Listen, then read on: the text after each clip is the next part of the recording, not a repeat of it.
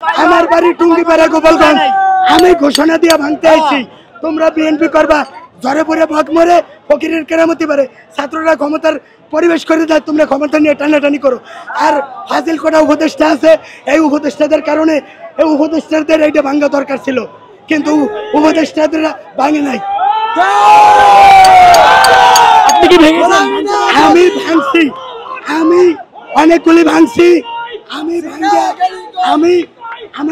আমি ইচ্ছা করতেছি যে এটা ভাঙ্গার পরে ওই গোপালগঞ্জের টুঙ্গিপাড়ায় যেটা আছে সমাধি, স্বৈর শাসকের এই সমাধি ভাঙতে হবে। সমাধির পরে গুলিস্তানের পরে আওয়ামী লীগের সহাবস্থান।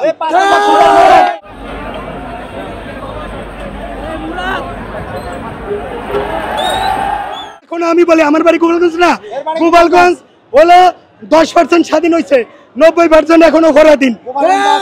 এই স্বরাষ্ট্র উপদেষ্টা নিজেও ওখানে স্বাধীন না। এই জন্য এই বুড়া ভাম আমি দেশ টিভির মাধ্যমে বলছিলাম, এই অথর্বটারে এখনো রাখলো কেন? এই এখনো সেনাবাহিনীর লোক নাকি শুনছি মানে বাধা দেয়। কোন ক্ষমতার বলে বাধা দেয়? তাহলে চুপ্পু বয়ে রয়েছে, চুপ্পুরে রাইখা বিএনপি ক্ষমতায় আইব এই স্বপ্ন দেখে 17 বছর বিএনপি বিরোধী দলে থাকতে পারে নাই। যদি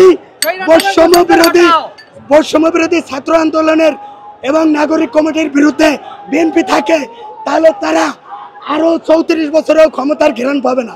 ভাই কি বলবো ভাই, জেনারেল ওয়াকারের পিছনে তো থাকবেই, কিন্তু জেনারেল ওয়াকার যে সম্পূর্ণ ছাত্রদের পক্ষে ছিল তা না, পরিবেশ থেকে বাধ্য করছে ছাত্রদের পক্ষে থাকতে। এখন ঘটনা হলো, যারা কর্নেল নিচের অফিসাররা ছিল তারা সেনাপ্রধানকে হাসিনাও মারার প্ল্যান করছিল, আর সেনাবাহিনীর লোকও মারার প্ল্যান করছিল। সেনাবাহিনী এখন দেখছে আমার উপায় নাই। তো আমি বলতে চাই, এই রিজভি ভাই বলছিল যে মুজিবের ছবি সরানোর পক্ষে না, আমি মুজিবের ছবি আজকে পড়াইছি, আমি খুব কষ্ট করে সংগ্রহ করে এনে পড়াইছি।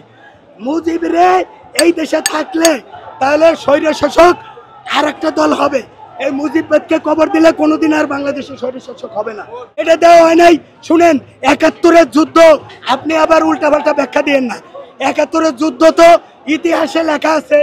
অরোরাও সিং তার কাছে জেনারেল মিয়াজি ওই রেসকোর্স ময়দানে ক্ষমতা অর্পণ করে, এবং ভারতের দলিলে লেখা আছে যে ভারত এবং পাকিস্তান যুদ্ধ, সেখানে পূর্ব পাকিস্তান পশ্চিম পাকিস্তান যুদ্ধ লেখা নাই।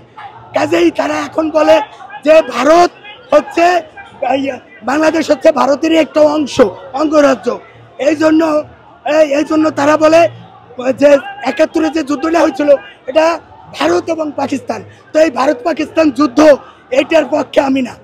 এইটা তারা পাকিস্তানেরা আমাদের বৈষম্য করছে, ঠিক আছে, কিন্তু তারা বৃহত্তর স্বার্থে আমাদের মুসলিম ভাইদের মধ্যে দ্বন্দ্ব সৃষ্টি করে একটা ফায়দা নিচ্ছে। এই ফায়দা তারা পাইয়ে গেছে। এখন জেনারেল ওয়াকারুজ্জামানের পিছনে কেন সবার পিছনেই মুজিবের ছবি থাকবে? এই কারণে থাকবে, এই উপদেষ্টা পরিষদ ভাঙ্গিয়া এই 21শে ফেব্রুয়ারির আগে এইটারে ভাঙ্গা ডক্টর ইউনূসের নেতৃত্বে, আবার নাহিদ ভাই আসিফ ভাইয়ের নেতৃত্বে আবার এই 55 সদস্যের উপদেষ্টা কমিটি গঠন করার আহ্বান জানাই।